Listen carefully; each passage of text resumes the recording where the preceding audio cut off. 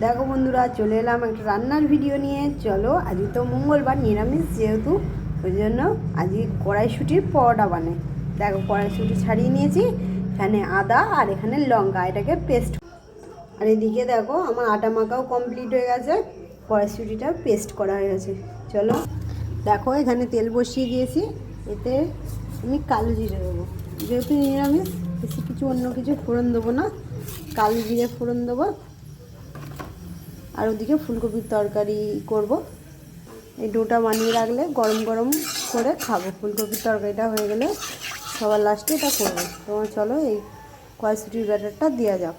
এটা আমি সামান্য একটু জিরে গুঁড়ো দেবো, আর একটু ধনে গুঁড়ো দেবো, আর স্বাদ মতন লবণ দেবো। কড়াইশুঁটির কচুরি তো অনেক খেয়েছি, ওই জন্য ভাবলাম কড়াইশুঁটির একটু পরোটাই বানিয়ে খেয়ে দেখি। এর সঙ্গে হচ্ছে বাঁধাকপি ফুলকপির তরকারি করব। এটা আগে মশলাটা করে নিই। এই দেখো, আমার এটা তৈরি হয়ে গেছে।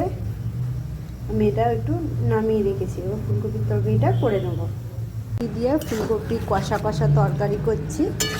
বেশি ভিডিওটা বড় করছি না, কেন বড় করলে সবাই দেখে না, এই জন্য ফুলকপি রেসিপিটা দেখালাম না। দেখো, এটাকে আমি এরম করে নিয়েছি, পুর দেবো। এবারে কড়াইশুঁটির পুরটা দিয়ে দেবো।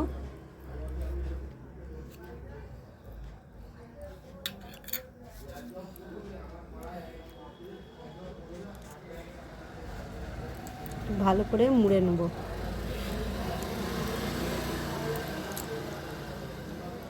করে মুড়ে মুড়ে রেখে দেবো, সব একে একে করে নিয়ে। এই দেখো, এটা আমার কমপ্লিট হয়ে গেছে। এই দেখো, একে একে আমার সব লেচি করা কমপ্লিট হয়ে গেছে। দেখো বন্ধুরা, এটা আটা দিয়ে বেলে নেব। ভিডিওটা পুরো দেখাতে পারছি না, কেন মেয়ে নেই, নাহলে ও থাকলেই ভিডিওটা করে দেয়, এক হাতে তো বেলা যায় না। দেখো, কড়া গরম হয়ে যেতে দিয়ে দিয়েছি, আমার হয়ে গেছে। এবার আমি একটু ঘি দিব, ঘি দিয়ে ভাজবো। আমি সাদা তেল দিয়ে ভাজবো না, ঘি দিয়েই করবো। আমি ঘি দিয়ে করলে আরও টেস্টি হবে। দেখো বন্ধুরা, কি সুন্দর ফুলে উঠেছে। এভাবে করলে ভাঙবে না, লুচির মতনই খেতে লাগবে। দেখো, ফুলেছে। পুর দিলে লুচি করতে গেলে কি মাঝে মাঝে বেরিয়ে যায়, আমি ঠিকভাবে করতে পারি না। এভাবে করলে দেখো ভাঙলো, বেরিয়ে গেল না। দেখো বেশ, আর ঘি দিয়েও করা যাবে।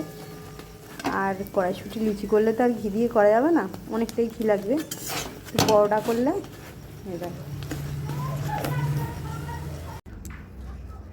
দেখো বন্ধুরা, আমার রাত্রিবেলার রান্না কিন্তু কমপ্লিট। কেমন হয়েছে কমেন্ট করে কিন্তু জানিও।